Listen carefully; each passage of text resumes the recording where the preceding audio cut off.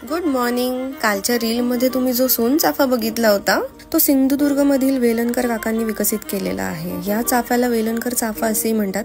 बाकीचे सोनचाफ्याचे रूप वर्षभर फुलं देत नाहीत, पण हा चाफा त्याच्या दुसऱ्या वर्षापासून सलग 30-35 वर्ष सुंदर सुगंधित फुलं देतो आणि असा खूप लोकांचा अनुभव आहे.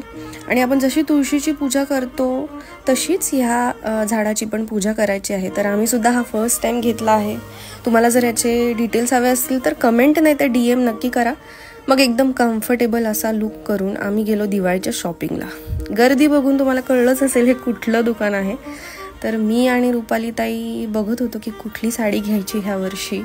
पण इतक्या साड्या बघून इतकं कन्फ्यूज झालं होतं दोघी, पण फायनली मिळाल्यात दोघींना हव्या तशा साड्या.